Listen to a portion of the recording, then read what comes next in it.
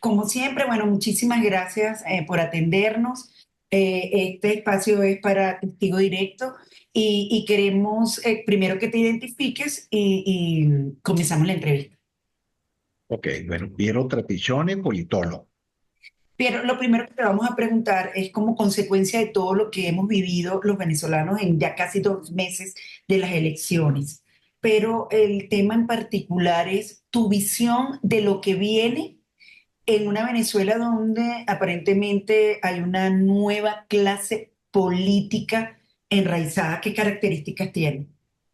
Sí, bueno, yo sé que me estás preguntando sobre lo que viene, pero tenemos que partir por lo que significó la jornada del 28 de julio.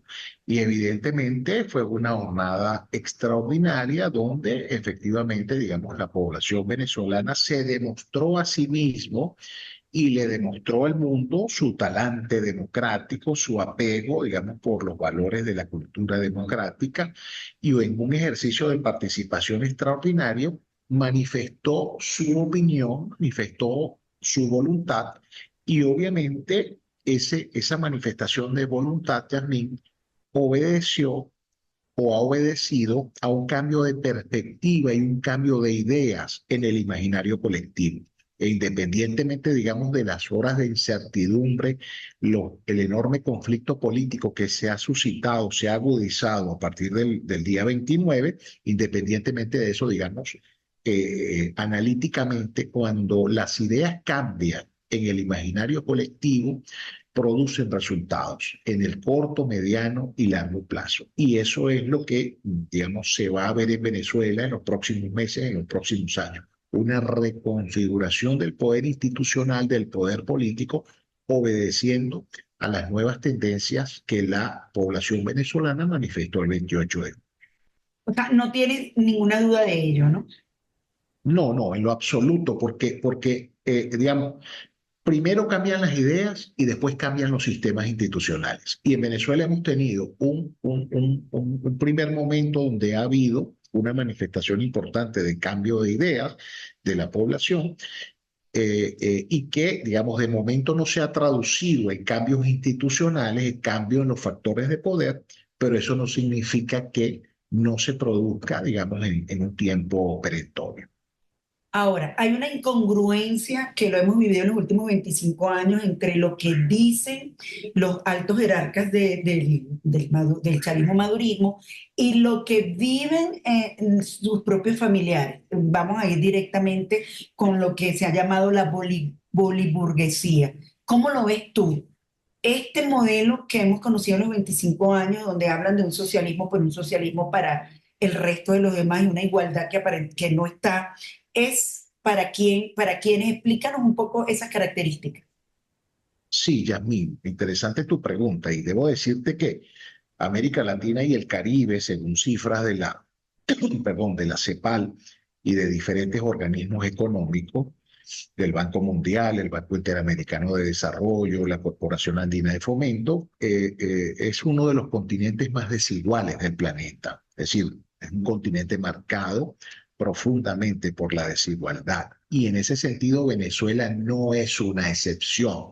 Si bien es cierto que en algún momento con la bonanza, con esta última bonanza petrolera, digamos, en la era Chávez, se logró de alguna manera reducir algunas cifras porcentuales. La desigualdad en estos últimos años, digamos, se ha exponenciado al máximo ese proceso de desigualdad y hoy en día, pues, Venezuela es uno de los países más desiguales de la región, dentro de la región más desigual del planeta.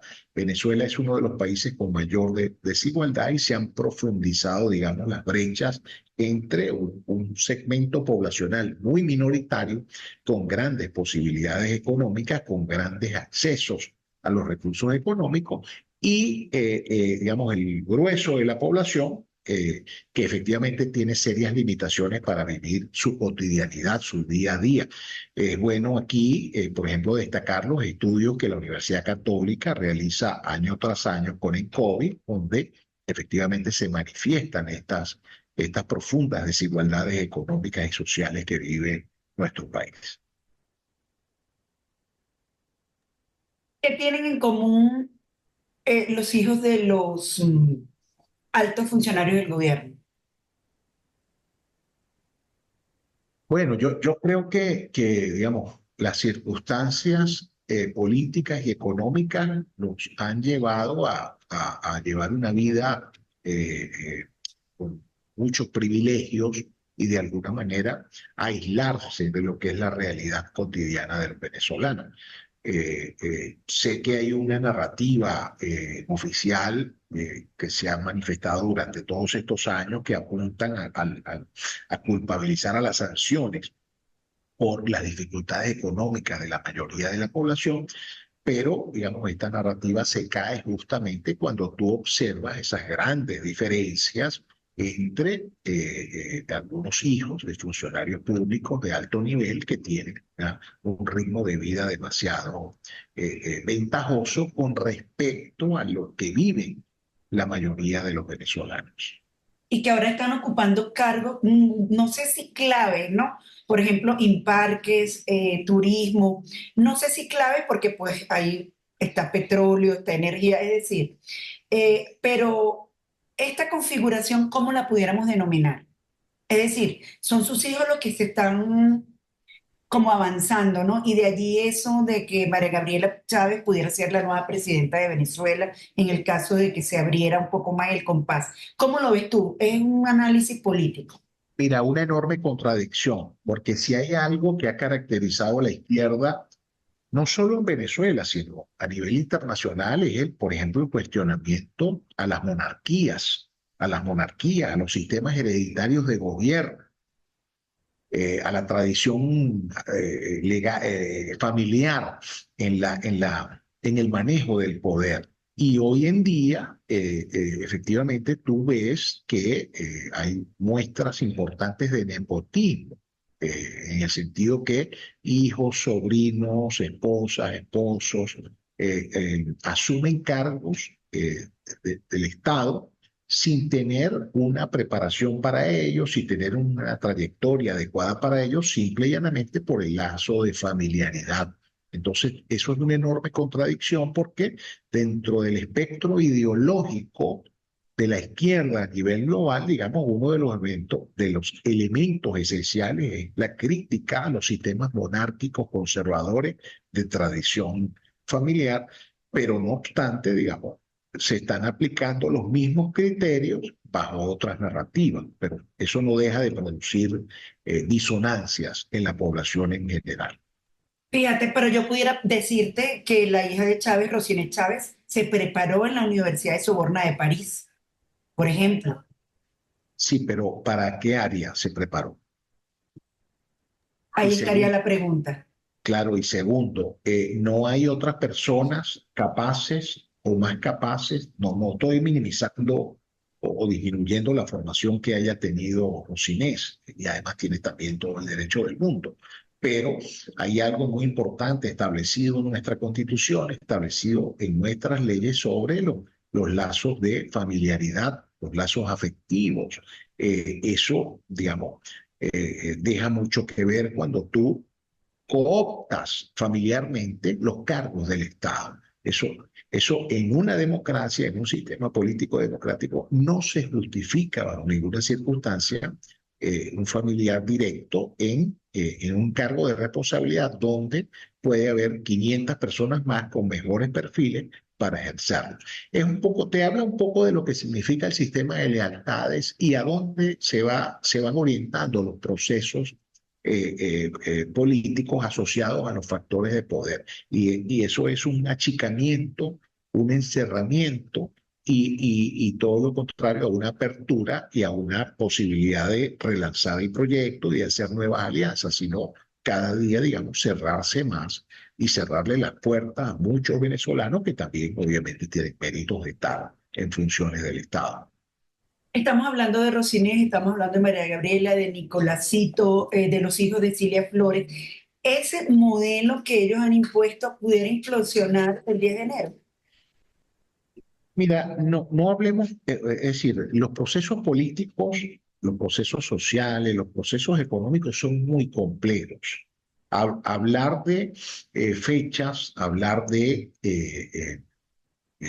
términos perentorios en cuanto al tiempo, es muy difícil. Es muy difícil porque tienen dinámicas demasiado complejas.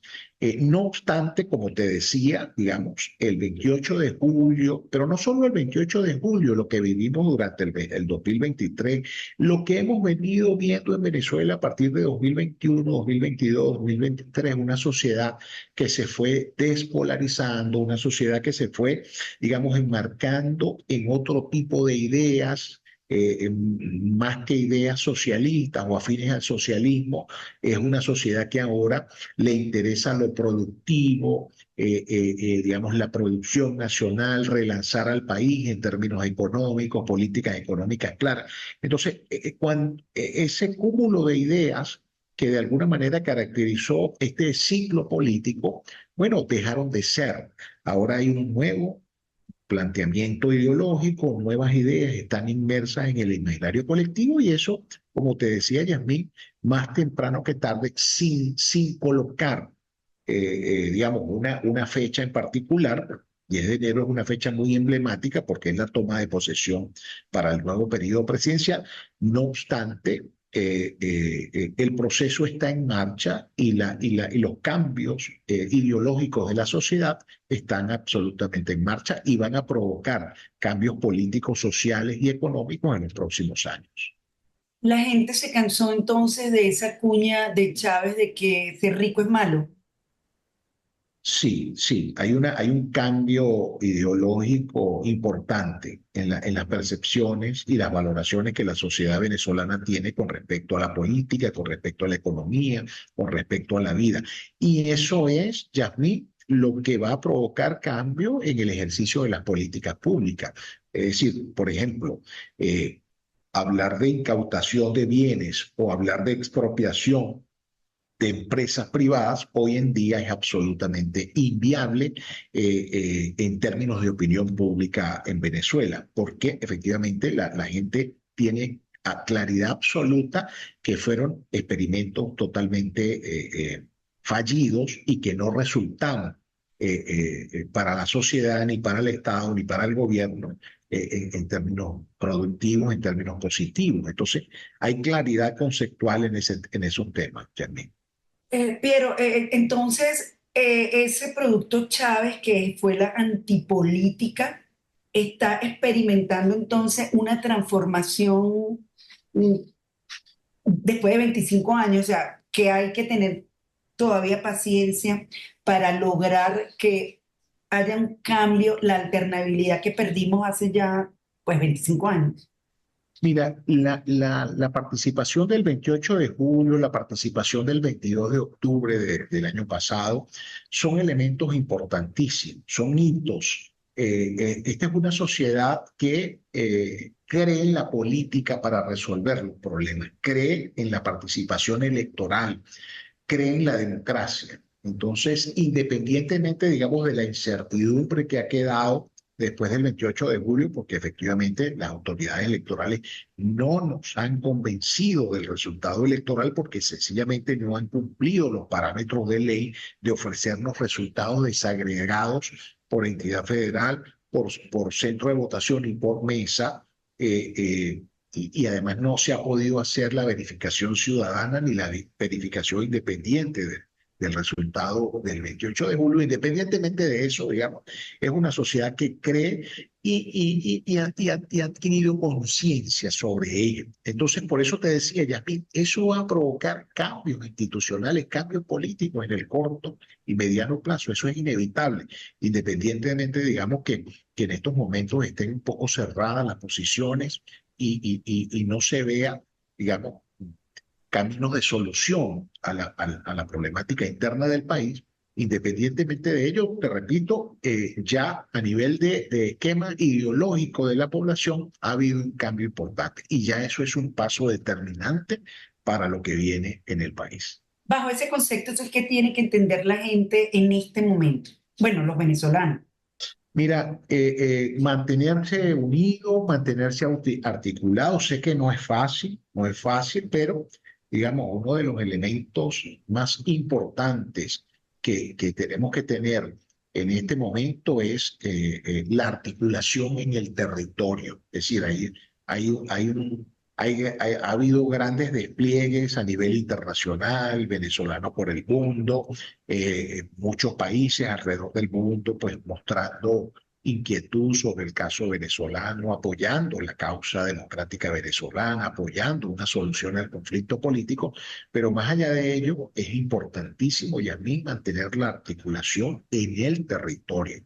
Es decir, los partidos políticos, las organizaciones de sociedad civil. Esto ha sido un gran movimiento ciudadano y este movimiento ciudadano, independientemente, digamos, de la represión que ha habido en estos últimos tiempos, debe mantenerse unido y articulado en la medida de lo posible porque efectivamente es el contrapeso necesario interno para ayudar a los caminos de solución que necesita el país.